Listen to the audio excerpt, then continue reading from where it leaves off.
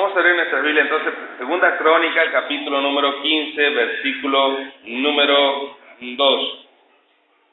Dice así: y salió al encuentro Asa y le dijo: oídme, Asa y toda Judá y Benjamín. Jehová estará con vosotros si vosotros estuviereis con él. Y si le buscareis, seréis hallados de vosotros. Mas si le dejareis, él también os dejará. Fíjense qué interesante. Dice: si ustedes están con Dios, Dios va a estar con vosotros. Si ustedes buscan a Dios, Dios lo va a buscar a ustedes. Si ustedes lo dejan a Dios, Dios los va a dejar a ustedes. Fíjense qué interesante, aquí no habla de una elección. Aquí habla de una decisión personal que tiene el ser humano para elegir. Si tú me eliges, dice Dios, yo te elijo a ti. Y eso estaría de acuerdo con lo que veníamos viendo anteriormente. ¿Se acuerdan las dos palabras? Una era prognosco y la otra era prognosis. La dos significaba que Dios tenía un previo conocimiento y basándose en ese previo conocimiento, Dios predestinó a las personas para que vayan o al cielo o para que vayan al infierno. Pero basándose en su preconocimiento. O sea, Dios sabía qué persona le iba a elegir y Dios la eligió a ellos. ¿Se acuerdan que habíamos visto eso? Bueno. Ahora vamos a entrar ya en el anagrama del calvinismo. ¿Qué es un anagrama? Es tomar una palabra, ponerla en sentido vertical y con cada letra de la palabra hacer una palabra o una oración. Por ejemplo, ellos tomaron la palabra tulip, que significa tulipán, y habían puesto en cada letra de la palabra tulip una oración que iba a marcar en lo que ellos creían. La primera palabra es la D, que significa total corrupción o depravación. Vamos a verlo así rapidito, todo esto antes de entrar al tema que nos toca en el día de hoy. Hoy vamos a ver el punto 1, así que no lo vamos a explicar mucho. Lo que ellos decían en total corrupción o total depravación es que el hombre al caer en pecado es tan pecador que tiene a su espíritu muerto.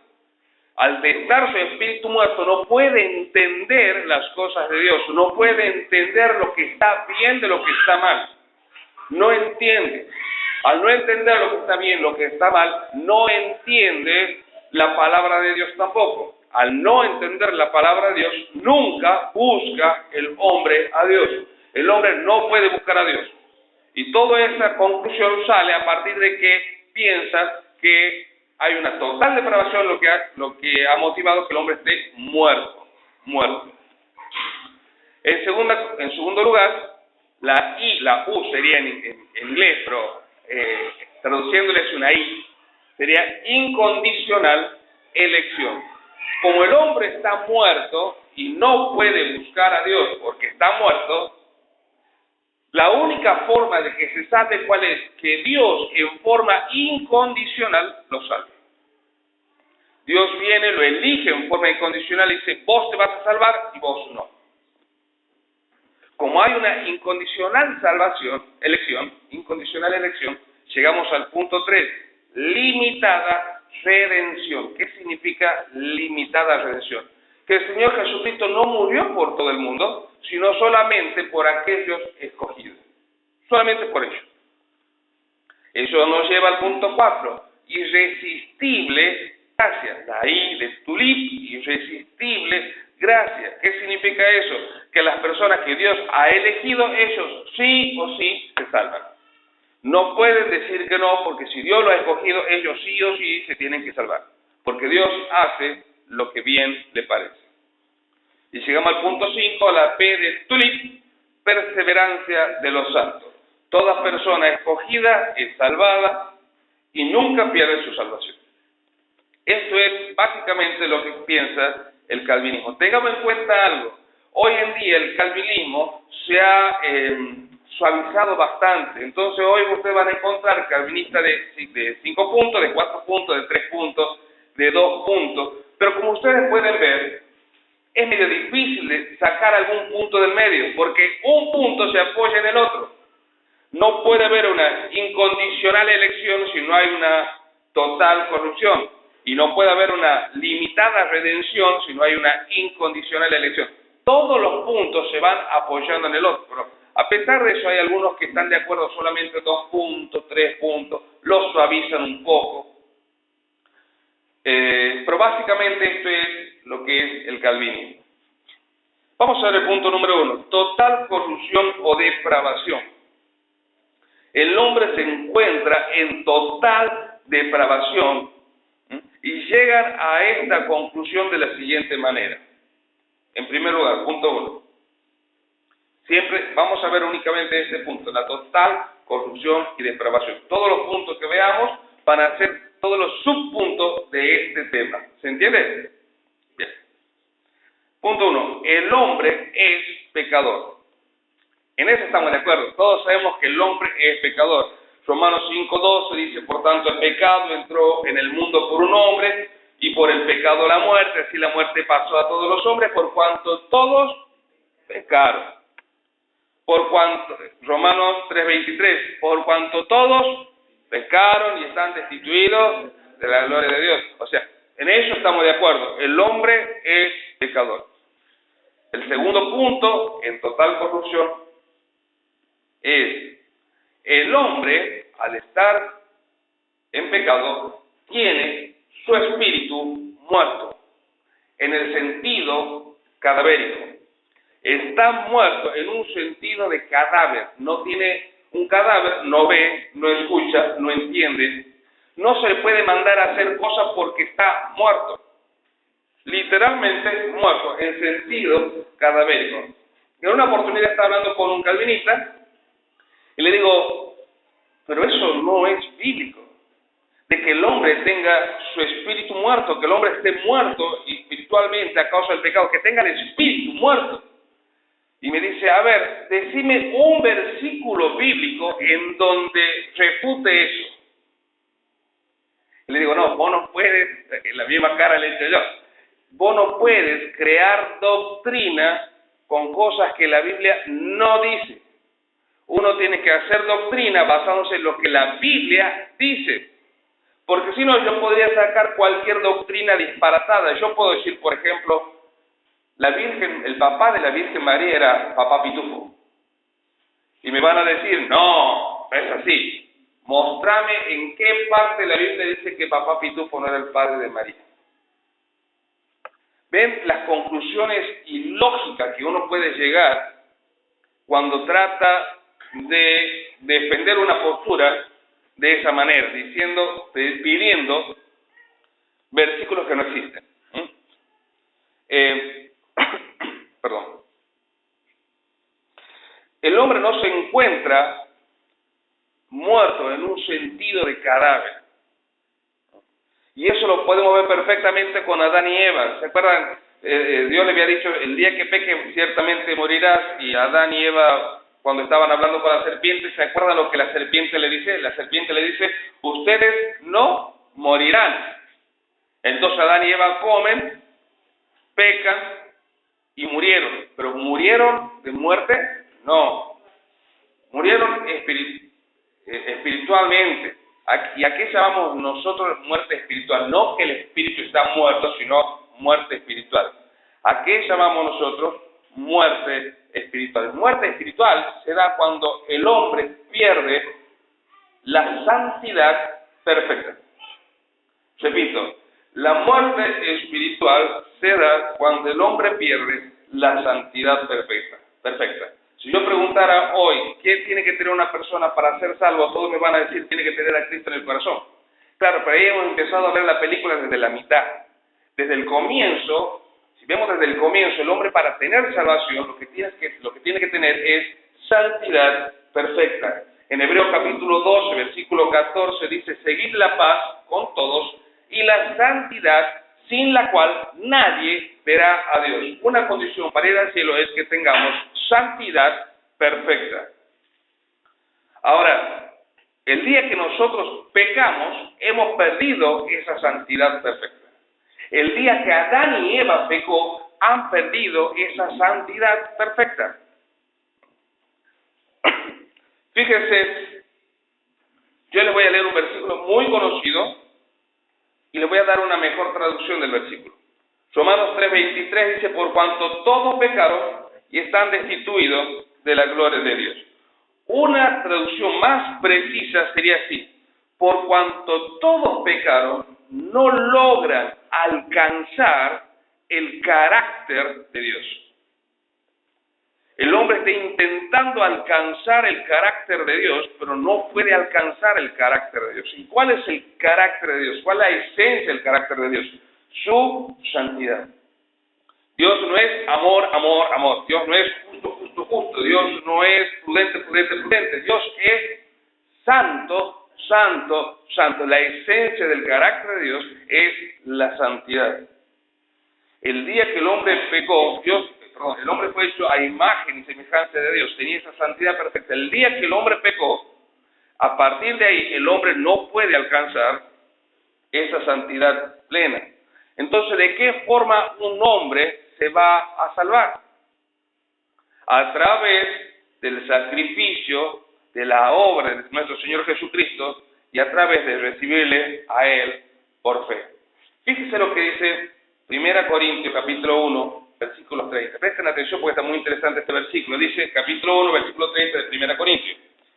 Cristo Jesús, el cual nos ha sido hecho por Dios, sabiduría, justificación, santificación y redención. Dice que el Señor Jesucristo es la manifestación de la sabiduría de Dios. Dios en la eternidad había creado un plan de salvación.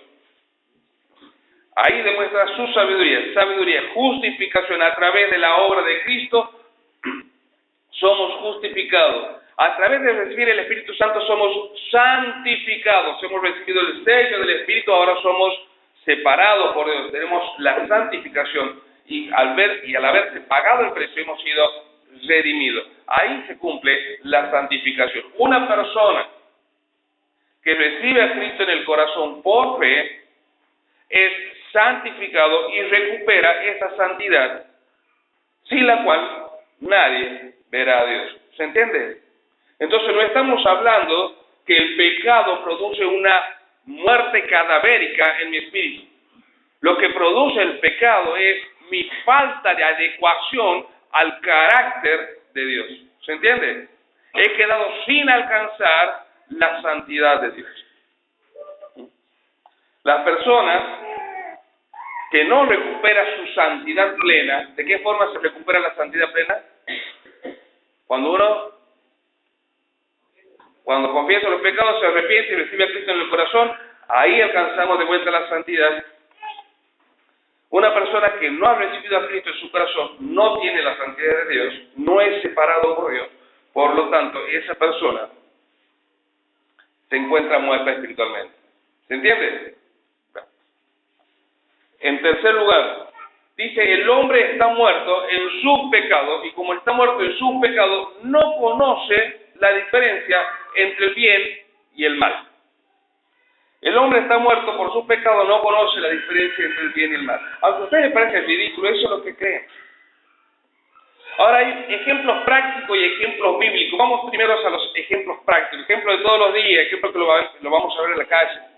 Si usted se va a una cárcel y le pregunta a un preso que está ahí por los peores delitos, si está bien robar, si está bien matar, si está bien mentir, le va a decir que no está bien. O sea que aún el peor delincuente sabe que está bien, que está mal. Camine por las calles y pregunte si está bien mentir, si está bien estafar, si está bien robar, y le va a decir que no está bien. La gente del mundo conoce la diferencia entre el bien y el mal. ¿Cómo que no lo conoce? Vean a un bebé. ¿Les ha pasado que está el bebé jugando con algo y de repente lo rompe y mira para el costado? Ya son más grandecitos, no tan chiquititos. Mira para el costado y si la mamá la ha visto y dice, ¿qué has hecho? Se larga a llorar y se pone a llorar. Se da cuenta que ha hecho algo malo. vayamos bajando aún en el intelecto. Un animal. Dejen encerrado un perro que se empiece a poner nervioso y le muerde los sillones, le muerde la silla, le rompe el zapato. Y cuando usted llega a la casa, dice, ¿quién ha hecho esto? Y el perro que estaba en la otra punta de la casa mete la cola y sale corriendo para afuera. ¿Hace eso? ¿Por qué? El perro sabe que ha hecho mal. Ahora, si un perro conoce cuando hace mal como una persona, no lo va a hacer. Ejemplos bíblicos. Hay muchísimos ejemplos bíblicos, pero a propósito solamente voy a nombrar uno, el primero, que está en la Biblia, y es Adán y Eva. ¿Y por qué utilizo el ejemplo de Adán y Eva? ¿Por qué? Porque el calvinista dice algo que a mí me llama la atención. El calvinista te dice, el único hombre que tuvo libre albedrío era Adán y Eva, nadie más. ¿Y por qué me llama la atención esto? Primero porque los calvinistas se niegan a utilizar el término libre albedrío, pero aquí lo utilizan. Se niega a utilizar diciendo, ¿cómo alguien puede creer en el libre albedrío una palabra que no está en la Biblia? Bueno, está bien, el libre albedrío no está en la Biblia, pero tampoco está en la Biblia calvinismo, tampoco está en la Biblia elección incondicional, tampoco está en la Biblia perseverancia del santo, tampoco está en la Biblia gracia irresistible, etcétera, etcétera, etcétera. Nada de eso está en la Biblia, ni siquiera la palabra Trinidad se encuentra en la Biblia. Son conceptos, nada más. Pero ellos utilizan, y usan esa palabra que ellos dicen que no existe. En segundo lugar, me llama la atención porque ellos dicen, solamente Adán y Eva tenían libre albedrío. Y si usted le pregunta a un calvinista, ¿de dónde saca que Adán y Eva tenían libre albedrío? No hay ningún versículo, pero uno lo deduce por las situaciones. De la misma forma uno podría decir, bueno, fíjate que hay libre albedrío en el resto de los personajes del Antiguo Testamento, porque uno lo deduce por sus comportamientos. O sea, los mismos argumentos que ellos esgrimen para decir que únicamente Adán y Eva tenían libre albedrío, los podemos utilizar para hablar de David, de Jonatán y de todos los personajes bíblicos. Pero volvamos al tema. Adán y Eva. Yo les voy a leer el pasaje a los que lo quieran buscar, Génesis capítulo 3. Génesis capítulo 3. Génesis es el primer libro de la Biblia, capítulo 3, está entre el 2 y el 4. Versículo 1, dice así, pero la serpiente era astuta más que todos los animales del campo que Jehová Dios había hecho, la cual dijo a la mujer, ¿con que Dios os ha dicho, no comáis de todo árbol del huerto? Y la mujer respondió a la serpiente, del fruto de los árboles del huerto podemos comer, pero del fruto del árbol que está en medio del huerto, dijo Dios, no comeréis de él, ni le tocaréis para que no muráis. Entonces la serpiente dijo a la mujer, no moriréis, sino que sabe Dios que el día que comáis de él, serán abiertos vuestros ojos y seréis como Dios, sabiendo el bien y el mal. Presten atención al final de esa frase y guárdenlo en su mente porque lo vamos a utilizar. Dice, serán abiertos vuestros ojos y seréis como Dios, sabiendo el bien y el mal. Cuando uno le dice al calvinista, fíjate, aquí Adán y Eva actuaron con libre albedrío. Sí, eran los únicos que tenían libre albedrío, responden ellos. Y ellos conocían el bien y el mal porque le habían dicho del árbol, del fruto, de la ciencia, del bien y del mal, no puedes comer. Y ellos sabían que eso no podían tocar. Conocían lo que estaba bien y conocían lo que estaba mal. A eso el calvinista va a responder, sí, eran los únicos a tener libre albedrío y a no haber cometido pecado, no estaban muertos, por lo tanto conocían la diferencia entre el bien y el mal. Ahora, Adán y Eva pecan. Y si pecan, según los calvinistas, ¿cómo están? Muertos en el sentido de cadáver, que no conoce ya el bien y no conoce el mal. Pero resulta que cuando se le aparece Dios, ¿qué hace Adán y Eva? Se esconden. ¿Por qué se esconden? ¿Por qué se esconden, diría? ¿Por qué se esconden? Porque conocían que habían hecho macana. Entonces sí sabían lo que era el mal. ¿Por qué tejen ropa con hojas? Porque se habían visto desnudos, porque sabía la diferencia entre el bien y el mal. ¿Por qué empiezan a decir, tu mujer me hizo pecar, el hombre que tú creaste me hizo pecar, la serpiente me hizo pecar? ¿Por qué se empiezan a excusar? Porque sabían que habían hecho mal. ¿Saben qué? El pecado no produce, presten atención a esto porque esta es la base de todo. El pecado no produce muerte cadavérica. Fíjese lo que dice aquí. El día que comas de esto, o sea, el día que peques, vas a conocer. Gracias. El día que peques, vas a conocer, el versículo 5, el bien y el mal. No dice que el pecador no distingue entre el bien y el mal. Dice que el que peca va a conocer el bien y el mal. O sea que todas personas conocen el bien y el mal. ¿Se entiende? Yo sé que estaban justo pasando de la leche chocolatada y se han mirado para cualquier lado. ¿Me han entendido ese punto? ¿Han prestado atención? Bueno, repito, versículo 5. No dice que la persona que pecó dejó de entender cuáles eran las cosas buenas y cuáles eran las cosas malas. Ahí dice todo lo contrario, que a partir de que pecaron, empezaron a conocer lo que estaba bien y lo que estaba mal.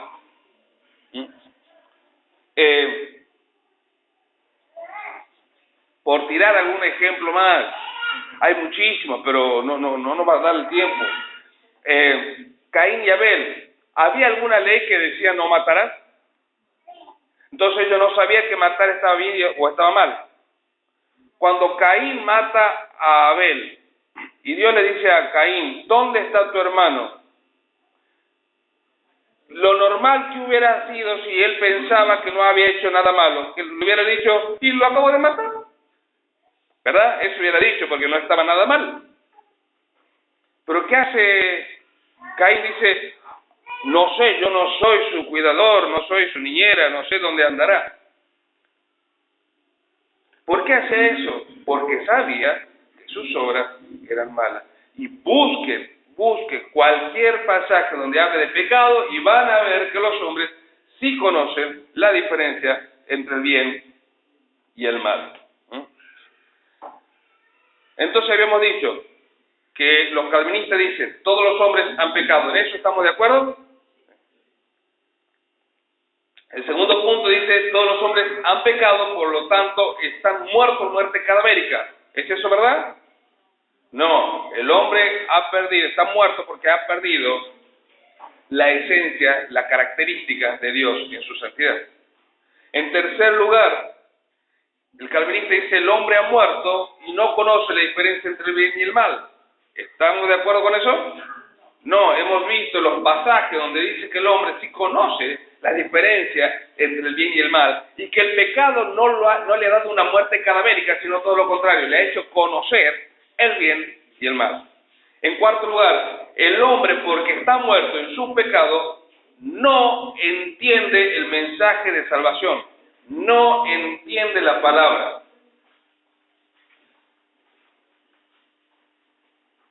Vamos a esperar que nos sentemos, nos acomodemos.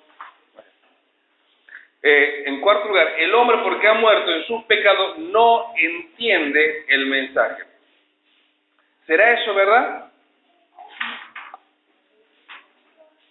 Ustedes hablen con cualquier persona de la calle, inténtenle predicar. Y van a ver que cuando ustedes le predican a las personas de la calle, le entienden. Vaya al lugar más humilde, con menos recursos, con personas que tengan poca instrucción, y predíquenle la palabra y le entienden. El mensaje es entendible, todas las personas entienden el mensaje. Ahora, que no lo quieran aceptar, que no lo quieran recibir, es otro tema, pero el mensaje es entendible. Hablen con cualquiera y les va a decir. ¿Por qué cree que está el ministerio LAPE? Para capacitar a los maestros para que puedan llegar a los niños con el mensaje. ¿Los niños entienden el mensaje? Sí, entienden el mensaje. Entonces, no es que el mensaje no sea entendido, sino que el problema es que el mensaje no es aceptado, que son dos cosas distintas. Hay un versículo que yo le voy a leer que es conflictivo, y hay varios similares a este. Cuando hay un versículo conflictivo, no seamos como la generalidad de los calvinistas, que cuando hay un versículo conflictivo se queda en ese versículo y dice, bueno, esto es así porque aquí está, y lo ponen al versículo, sin ver el texto, con su contexto, los capítulos anteriores, lo que opinan sobre ese tema los otros discípulos, los otros escritores, lo que dice el resto de la Biblia. Un versículo no puede contradecir al resto de los libros de la Biblia. ¿Se entiende? ¿Se entiende? Fíjese en este versículo. Dice, y les dijo, Marcos capítulo 4, versículo 11, dice así. Y les dijo, esto le dice el Señor Jesucristo a los discípulos, a vosotros os es dado el saber el misterio del reino de Dios, mas a los que están fuera, por parábola, todas las cosas, para que viendo vean y no perciban, y oyendo oigan y no entiendan, para que no se conviertan y les sean perdonados sus pecados. A los que han prestado atención y a los que no han prestado atención les voy a explicar lo que está hablando.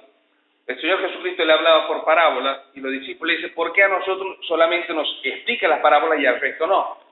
Y el Señor le dice, a ustedes les digo, les doy la explicación de las parábolas y a ellos no por lo siguiente, porque quiero que ellos escuchen y no entiendan. Quiero que ellos vean y no sepan de lo que estoy haciendo, porque no quiero que se salven. Ahora, cuando uno lee esto así, porque eso es lo que dice el texto, dice, wow, estoy viendo alguna cara que me están diciendo cómo termina esto, porque está muy complicada la cosa. Wow, entonces Dios cega el entendimiento para que las personas no entiendan, cega el corazón para que las personas no se arrepientan y los manda al infierno. Entonces los calvinistas tenían razón. Parece que es así, ¿verdad? Bueno, antes de darle las respuestas, esta no es la respuesta, esta es solamente una introducción que voy a hacer antes de darle las respuestas. En primer lugar, tengamos en cuenta algo, el Señor Jesucristo no estaba revelando toda la verdad a todas las personas. Dios estaba preparando solamente a 11 discípulos que iban a ser los que iban a comenzar la iglesia. Y le estaba dando la herramienta únicamente a los 11 que iban a comenzar el ministerio. Y a estos 11 que el Señor Jesucristo estaba preparando, no terminó la preparación en la cruz. Después que el Señor Jesucristo resucitó, dice que se le apareció durante 40 días más enseñándole la doctrina que iba a seguir a partir de ahí la iglesia. Y no solamente eso, había empezado ya a funcionar la iglesia, había venido el Espíritu Santo y pasaron años y los discípulos todavía no tenían toda la doctrina desarrollada, tanto así que cuando Pedro va a predicar a los gentiles, toda la iglesia se pone en contra y le dice, ¿cómo vas a predicar a los gentiles? Y Pedro le dice que Dios nos lo ha revelado, que los gentiles también son parte de la iglesia. Entonces lo que estaba pasando en el Evangelio, aquí en este Evangelio, que el Señor Jesucristo solamente le estaba revelando a los discípulos, era porque ellos eran los que iban a continuar con el ministerio de la iglesia, y a ellos únicamente le estaba dando las armas o las herramientas para que sigan el ministerio. ¿Se entiende hasta ahí? Bueno, pasemos ahora a la explicación. Un texto no se lo puede sacar del contexto. ¿Qué significa este pasaje? No significa que Dios endureció a un corazón en forma arbitraria porque se le dio la gana. Está diciendo, Dios endurece los corazones de los que le rechazan. ¿Se acuerdan de lo que hemos visto al principio? Hemos leído los versículos. Dios endurece el corazón de los que los rechazan. Y Dios, como hizo con Faraón, sí. Y ahora vamos a dar otro versículo para que quede claro que no es una interpretación que yo hago, sino lo que dice la Biblia. Y Dios le da la posibilidad de convertirse y arrepentirse a los que se acercan con sinceridad. Dios no señala arbitrariamente quién se salva y quién se pierde. ¿Ah? Primer versículo, Romanos 1:28 dice, y como ellos no aprobaron tener en cuenta a Dios, Dios los entregó a una mente reprobada, a una mente endurecida. ¿A quiénes? A los que no quisieron tener en cuenta a Dios. Ahora bien, yo quiero que el Señor Jesucristo me aclare lo que ha querido decir en Marcos capítulo 4, versículo 41. Quiero que Él me lo aclare. Yo no quiero que un apóstol, quiero que el mismo Señor Jesucristo me lo aclare. Vamos a leer Mateo capítulo 13, versículo 15. Mateo capítulo 13, versículo 15.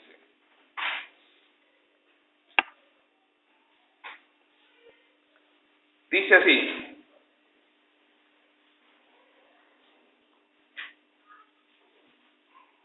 Mateo 13, 15.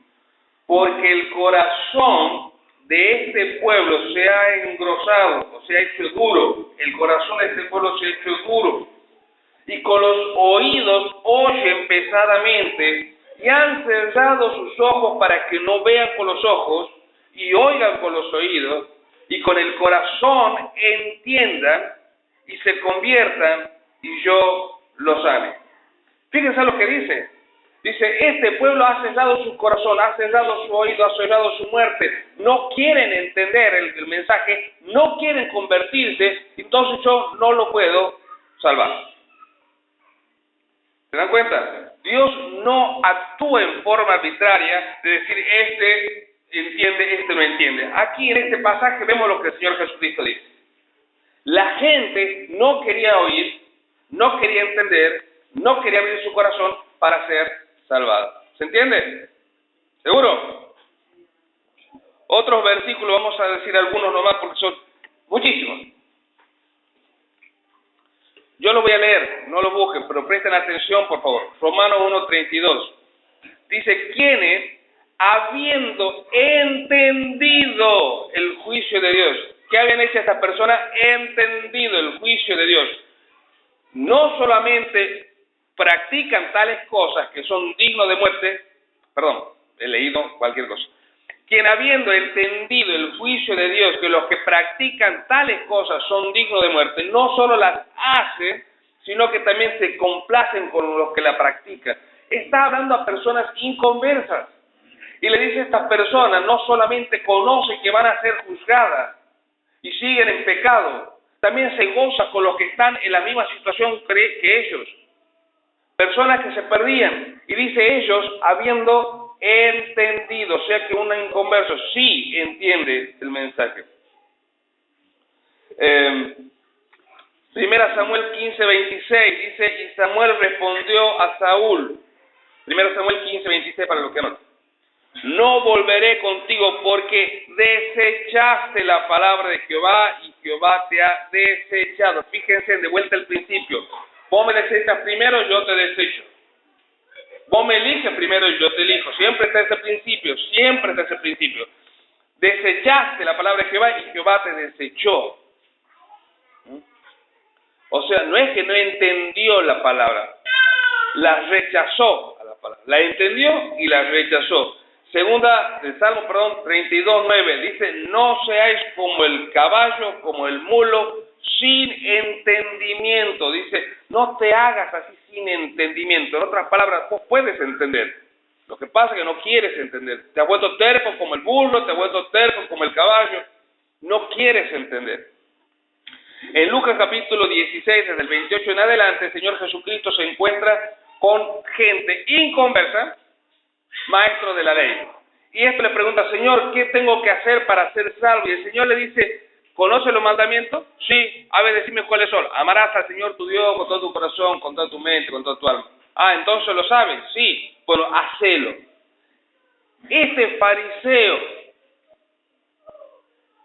sepulcro banqueado, como lo llamaba el Señor Jesús, generación de víbora, había entendido el mensaje. Entonces un inconverso puede entender el mensaje. Le voy a dar mis versículos favoritos, y hay un montón, pero con esto ya voy a terminar porque se va a ir el tiempo. Proverbio 29, 18 y 19. Este es mi favorito. Dice, sin profecía, el pueblo se desenfrena, mas el que guarda la ley es Bienaventurado. Vamos a analizar hasta ahí. Dice, el pueblo que no tiene profecía, o sea, que no hay un profeta que le está guiando el camino, si no hay un profeta que le está profetizando y guiando en el camino, el pueblo se desenfrena. Pero el pueblo que obedece al profeta, que obedece a la palabra, es un pueblo bienaventurado, porque Dios lo bendice. Y dice en el versículo 19, el siervo no se corrige con palabras, porque entiende, mas no hace caso. Esa es la cosa. No es que él no entiende el mensaje. El problema es que no hace caso. El profeta daba la palabra, tenemos la palabra. El pueblo que obedece es bienaventurado. El pueblo que desobedece es el que se descarría. Eso no es el problema. El problema es que el pueblo entiende, pero no hace caso. Y así podemos encontrar... Sigue.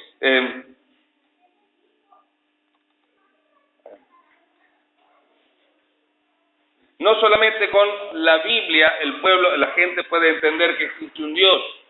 Dice Romanos capítulo 1, versículo 20. Porque las cosas invisibles de Él, su eterno poder y deidad, se hacen claramente visibles desde la creación del mundo, siendo entendidas por medio de las cosas hechas, de modo que no tienes excusas. O sea, no solamente Dios se lo puede conocer a través de la palabra, sino a través de la creación. Hoy en día, el corazón endurecido que ha desechado a Dios y que Dios le ha desechado a él, ve el mundo, ve la creación y no ve a Dios, ve el Big Bang. Ve al hombre y no ve la creación, ve la evolución.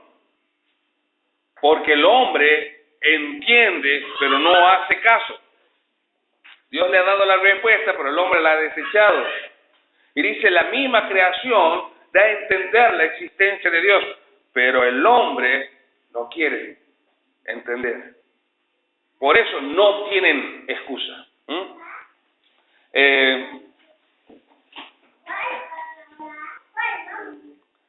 Un día estaba hablando con un calvinista y me dice, ¿sabes qué? Los versículos bíblicos, los inconversos no lo entienden. Si no me crees, hacerle la Biblia a un inconverso, se ve que él no te entiende lo que dice la Biblia. Y yo le dije lo siguiente, hacerle leer a un creyente la Biblia y tampoco te la entiende. Porque ¿quién puede decir de aquí que conoce toda la Biblia y le entiende a toda la Biblia? ¿Quién puede decir que no tiene dudas de algunas interpretaciones bíblicas? Nadie conoce la Biblia en su totalidad y tiene una interpretación perfecta. Nadie. Entonces, ¿dónde queda que solamente el creyente puede interpretar la Biblia?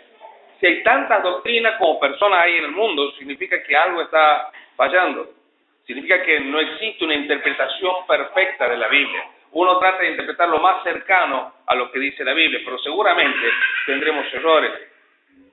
Ahora, ¿cómo opera el Espíritu Santo en los creyentes para conocer la verdad? Porque ya hemos visto, el inconverso puede conocer la verdad. El creyente puede también conocer la verdad. No la conocemos en su integridad, pero podemos conocer la verdad. ¿De qué forma? Dice en el San Juan capítulo 16, versículo 13, que el Espíritu Santo es el que nos guía a toda verdad. No dice que el Espíritu Santo nos revela o nos muestra toda la verdad. Dice que el Espíritu Santo nos guía a la verdad. Ahora, si yo quiero caminar hasta mi casa y necesito un guía, no solamente necesito un guía que me lleve a mi casa, sino necesito que yo, camine. Porque por más que tenga 20 guías, si no camino, no voy a llegar nunca a mi casa. El Espíritu Santo nos guía a comprender las Escrituras, pero para que Él nos pueda revelar lo que dice la Escritura, ¿qué tenemos que hacer nosotros? Leerla. Porque hasta que no leamos las Escrituras, no la vamos a poder interpretar.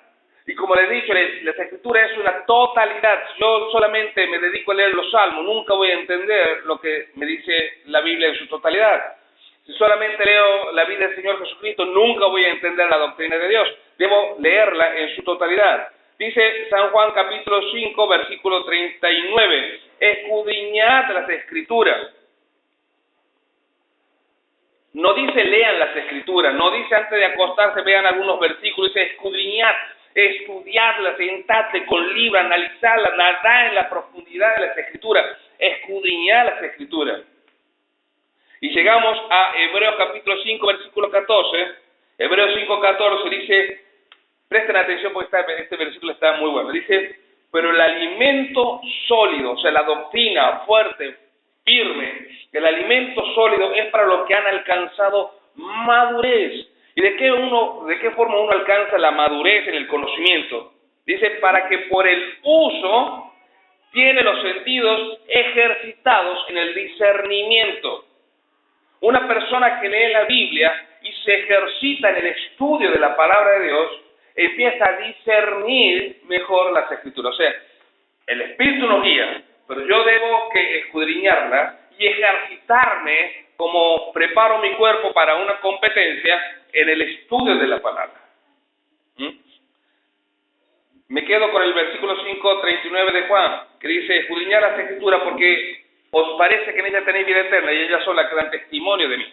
Esto le dice a los inconversos, porque dice escudriñar las escrituras porque a vosotros parece que en ellas tenéis vida eterna. Le está diciendo, ustedes piensan que ahí van a encontrar la vida eterna. O sea, le está hablando a inconversos y le termina diciendo al Señor Jesucristo, ellas son las que dan testimonio de mí. ¿Cómo le va a decir un inconverso escudriñar las Escrituras si los inconversos no pueden entender? O sea, un inconverso también puede entender las Escrituras. Y por último, el hombre, porque pecó, está muerto, y por sus pecados no puede buscar a Dios. No vamos a entrar en detalles, solamente voy a leer los versículos. Solamente los voy a leer a los versículos porque ya es tarde. Y dice, y tú, Salomón, hijo mío, Primera Crónica 28:9. Reconoce al Dios de tu Padre y sírvele con corazón perfecto y con ánimo voluntario, porque Jehová escudriña los corazones de todos y entiende todo intento de los pensamientos. Si tú le buscares, lo hallarás, mas si lo dejares, él se desechará para siempre. Y se vuelve al primer principio. Si tú me buscas, me encuentras. Si me rechazas, te rechazo. Isaías 55:7 dice, deje el impío su camino y el hombre inicuo sus pensamientos y vuélvase a Jehová, el cual tendrá misericordia, y al Dios nuestro, el cual será amplio en perdonar. Vuélvase a Jehová. Zacarías 1:3. Dile pues, así ha dicho Jehová de los ejércitos, volveos a mí, dice Jehová de los ejércitos, y yo me volveré a vosotros, ha dicho Jehová de los ejércitos. Y otra vez al principio, ustedes me buscan, yo me manifiesto, ustedes me eligen, yo lo elijo, ustedes se alejan, yo me alejo. Mateo 11:28, venid a mí todos los que estáis trabajados, venid a mí. Hay centenas de versículos que hablan de esto, y yo los tengo anotados. No los podemos leer, obviamente, por razones de tiempo. Terminamos con una lectura final. Ezequiel 18:21, por favor.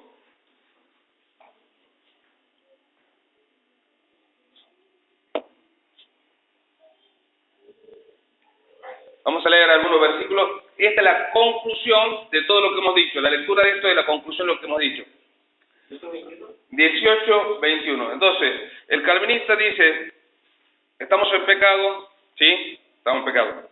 Pero estamos en muerte cadavérica. No. Lo que pasa es que nuestro pecado nos ha hecho que perdamos el carácter de Dios, la santidad. No podemos entender lo bueno y el malo. No es verdad. No podemos comprender el mensaje. No, sí podemos entender. No podemos buscar a Dios, sí podemos buscar a Dios. Es más, váyanse a una iglesia de testigos de Jehová y van a ver cómo hay personas que buscan a Dios en el lugar equivocado, pero que buscan a Dios. No digo para de sufrir porque muchos van a esas iglesias buscando prosperidad, pero te hablo de un testigo de Jehová, te hablo de un mormón que tiene que dejar a su familia, y todo mormón tiene que ser un misionero y salir de su casa durante mínimo un año como misionero, tratando de buscar a Dios. Hay personas que buscan a Dios, que buscan el lugar equivocado, pero que buscan a Dios. Concluimos. Ezequiel 18:21 dice, mas el impío si se apartare de todos sus pecados que hizo, y guardare todos mis estatutos, e hiciere según el derecho y la justicia, de cierto vivirá y no morirá. Fíjense qué interesante. Dice, si el impío se arrepiente voluntariamente, Dios le perdona y se va a salvar.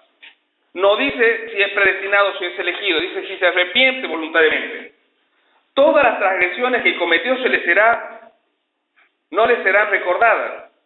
En su justicia que hizo, vivirá. Escuchen esta frase. En su justicia que hizo. Está hablando del impío. Dice, el impío en su justicia que hizo, vivirá. ¿Qué significa en su justicia que hizo? ¿Cuál ha sido su justicia? Haberse arrepentido. Dice, porque hizo justicia. ¿Cuál fue su justicia? Haberse arrepentido. Recuperó la santidad. Dice, por su justicia vivirá. Versículo 23. Perdón, versículo 22, ¿está, no? Toda transgresión que cometió no le será recordada, en su justicia vivirá. ¿Quiero yo la muerte del impío? Dice Jehová el Señor. ¿No vivirá si se apartase de sus caminos? ¿Quiero yo la muerte del impío? La pregunta de Dios es, ¿quiero yo la muerte del impío? Según el calvinista, dice, Dios ha escogido uno para salvación y a los otros lo ha dejado para condenación. Lo ha dejado a su libertad en su pecado para que se pierda. Y aquí el Señor dice, yo quiero la perdición de los impíos. Versículo 24. Mas, si el justo se apartara de su justicia y cometiere maldad y hiciere conforme a todas las abominaciones que hizo el impío, ¿vivirá? Ninguna de las justicias que hizo le serán tenidas en cuenta. Por su rebelión con que prevaricó y por el pecado que cometió por ello, morirá. Fíjate lo que dice. Dice, el justo que vivió justamente como el joven rico durante toda su vida, pero que al final rechazó a Dios, esa persona se va a ir al infierno. Ninguna de su justicia que hizo antes le servirá para salvarse. Entonces ustedes ven que no hay una elección de parte de Dios, sino que cada uno decide qué hacer con su vida. El impío que se arrepiente se va al cielo, el justo, entre comillas, que se vuelca al pecado se va al infierno. Cada uno toma sus propias decisiones, qué hacer con su vida. No se trata de una elección. Versículo 26, apartándose el justo de su justicia y haciendo iniquidad, él morirá por ello. Por la iniquidad que hizo, morirá. No dice porque no fue escogido, morirá. Dice por la maldad, por la iniquidad que hizo, morirá. Versículo 27. Y apartándose el impío de su impiedad que hizo, y haciendo según el derecho y la justicia, hará vivir su alma. Porque miró y se apartó de todas sus transgresiones que había cometido. De cierto vivirá y no morirá. Por tanto yo juzgaré a cada uno según sus caminos, no según su elección. Oh casa de Israel, dice Jehová el Señor, convertíos y apartaos de todas vuestras transgresiones, y no será la iniquidad causa de ruina. Fíjese que está hablando al libre albedrío, convertíos, apartaos, versículo 31. Echad de vosotras toda vuestra transgresión con que habéis pecado y haceos un corazón nuevo y un espíritu nuevo. ¿Por qué moriréis, casa de Israel? Versículo 32. Porque no quiero la muerte del que muere, dice Jehová. Convertíos pues y viviréis. Termino. Un versículo más para aclarar qué significa esto. No quiero la muerte del que muere. En el capítulo 33, versículo 11 dice, dile, vivo yo, dice Jehová el Señor, que no quiero la muerte del impío, sino que se vuelva el impío de su camino y que viva. Volveos de vuestros malos caminos, ¿por qué moriréis, oh casa de Israel? Fíjate, el justo no tiene la salvación comprada si se aparte de Dios. Estamos en el Antiguo Testamento, recordamos eso. El pecador no tiene la salvación comprada si se vuelve a Dios. Cada uno recibe de acuerdo a lo que ha decidido con su vida. No hay una elección de parte de Dios en forma arbitraria, en forma incondicional. Todo está de acuerdo, el tema de la salvación está determinado de acuerdo a nuestra voluntad. Si le buscamos, que dice, Él lo buscará. Si le elegimos, Él lo elige. Si lo apartamos, Él se aparta. ¿Se ha entendido? ¿Está claro?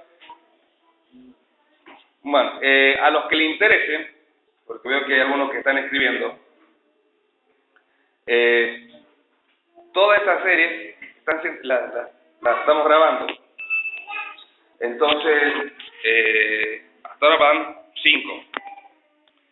Lo que